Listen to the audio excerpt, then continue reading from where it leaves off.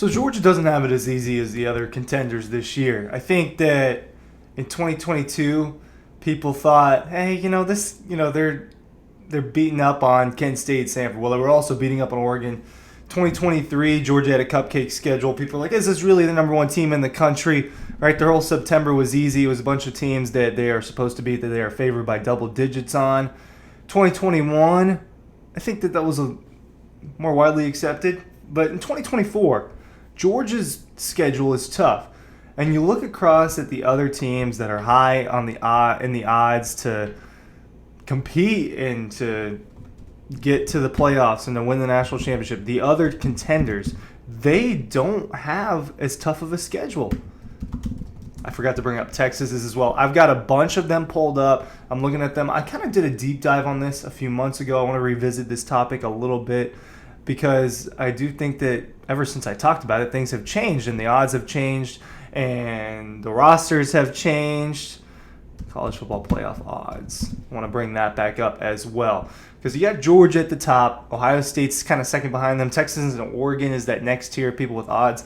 I don't really look at LSU as a true contender, but they're up there. You look at Bama, Ole Miss, Michigan, Notre Dame. These are the schools that have really good odds. They are supposed to be the contenders. They are supposed to make it. And I just don't think that any of them have as tough of a path as Georgia will to making the playoff, to getting a top 4 seed, to getting a bye, getting to the national championship. Because when you combine that schedule with a more grueling playoff schedule that includes more than 2 games now you're going to have to play at least 3.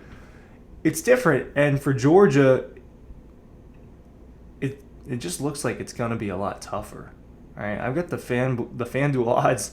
Georgia with plus 300 odds. Georgia, Ohio State, Texas, Oregon, Bama, Ole Miss are considered the top 6 right now. So let's look at them and let's look at the other contenders and just see, and I'll prove it to you, that they just don't have it easy. Let's start with Ole Miss. I've got their ESPN schedule pulled up. What do they start with? Boom, Furman, Middle Tennessee, Wake Forest, Georgia Southern.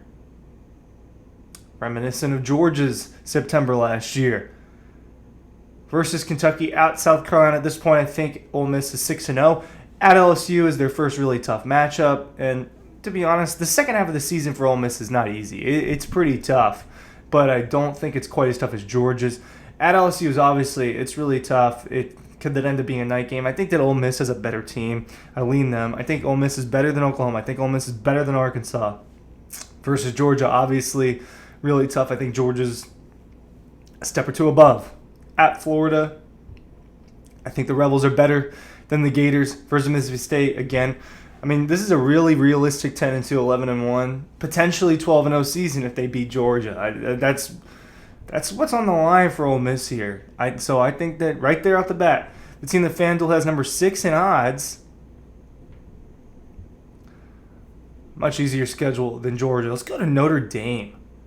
All right, this is the team that's 9th in odds. They got Michigan at 10th in odds, Florida State 11, Tennessee 12. So that's kind of what we're dealing with. Notre Dame is about 9.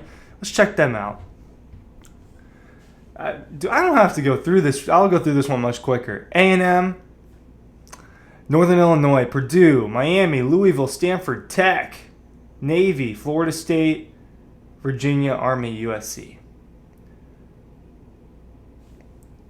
Not super tough. Maybe this schedule is the reason why Notre Dame is favored in a lot of these matchups. It is favored to make it to the college football playoff. I never really understand the Notre Dame thing in the current state of college football. Ryan Curley from Dawg Post talking about how the other contenders just have it easier than Georgia in 2024. Not making excuses for the Dogs, but it will be more difficult on paper for Georgia to make it to the national championship, for Georgia to make it to anywhere, right? It's just because they've got a tougher schedule. Bounce back to Michigan, a team that I think is going to take a step back. One of the tougher schedules out of all the teams that I'm talking about here because, yes, there are a handful of cupcakes. You got Fresno State and Arkansas State, but pretty loaded Big Ten schedule. Oregon, Ohio State, Washington, USC. So probably one of the tougher Big Ten schedules. And when you talk about having Texas there early in the year, this is kind of like if I was going to put a 2 or 3 spot, I'd put it on Michigan's schedule. But I just don't think that they're as good, and I don't think that they are true contenders the way they were the last 3 years.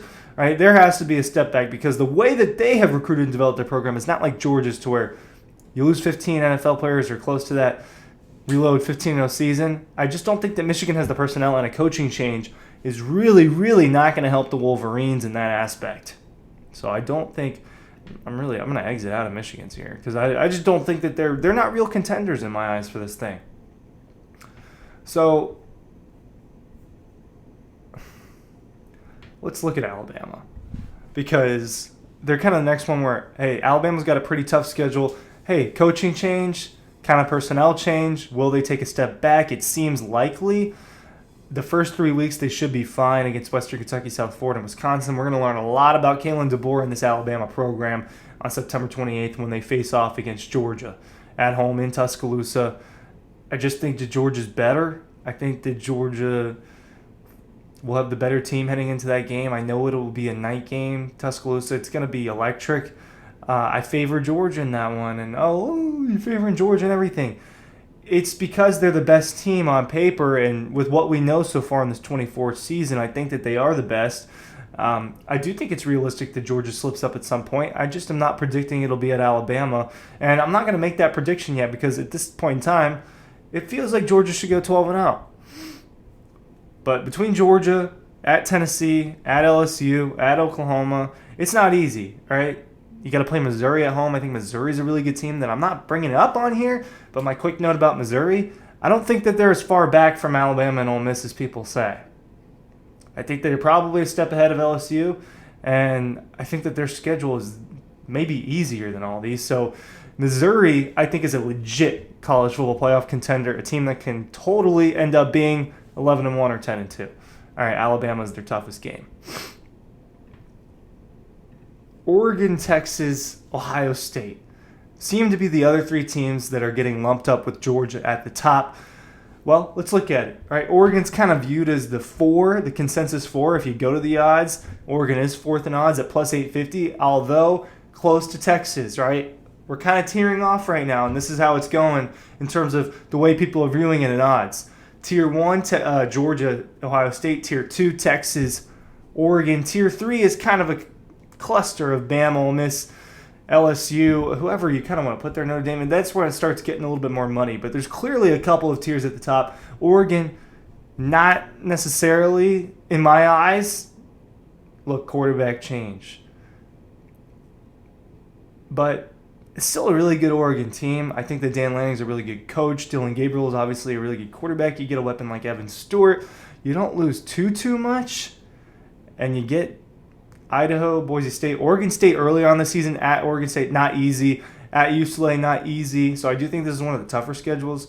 Versus Ohio State, at Michigan, it's tough, right? Oregon didn't necessarily get it easy, but when you compare it to Georgia's, it's just not quite the same. When you think about at Bama, at Texas, at Ole Miss, at Kentucky versus Clemson versus Tennessee, there's just a lot on Georgia's schedule where it's like, whoa. Texas is the team that I think ended up with it the easiest out of the true contenders in the SEC. At Michigan, I already talked about this when I was talking about Michigan's schedule. I think that Texas will go up there and win in Ann Arbor. They're better. It takes I think Texas will be undefeated. I think they'll beat Oklahoma, Mississippi State. Anything can happen in the Red River rivalry. Clean. But I think that they'll handle it this year. With Georgia looming the following week, will there be a distraction? I don't know. At Vanderbilt versus Florida, at Arkansas versus Kentucky, at Texas A&M, a manageable second half of the manageable last 5 games of the schedule for Texas. They should be pretty shored up heading into the college football playoff, which I certainly think that they're going to make. Ohio State, the other big contender with Georgia, has it easier. Akron, Western Michigan, Marshall, at Michigan State versus Iowa. It takes till at Oregon October 12th to get a really tough matchup. A game I think that Ohio State could totally lose. Totally. And I think that's the only game they would lose if they did. And then they'll get revenge against Michigan this year. And Penn State just hasn't been able to compete with them, man. And I don't see how anything changes this year. This Ohio State team is stacked. So I have a hard time seeing there being any sort of difference in the Penn State-Ohio State game. I just think Ohio State's better than them. So you look through it and you talk about it, and it's like, whoa, Georgia really does have it tougher. Yet, you'd see them at the top of the odds. Shows you that it's not ridiculous when I'm talking about them potentially going undefeated. Thanks for watching.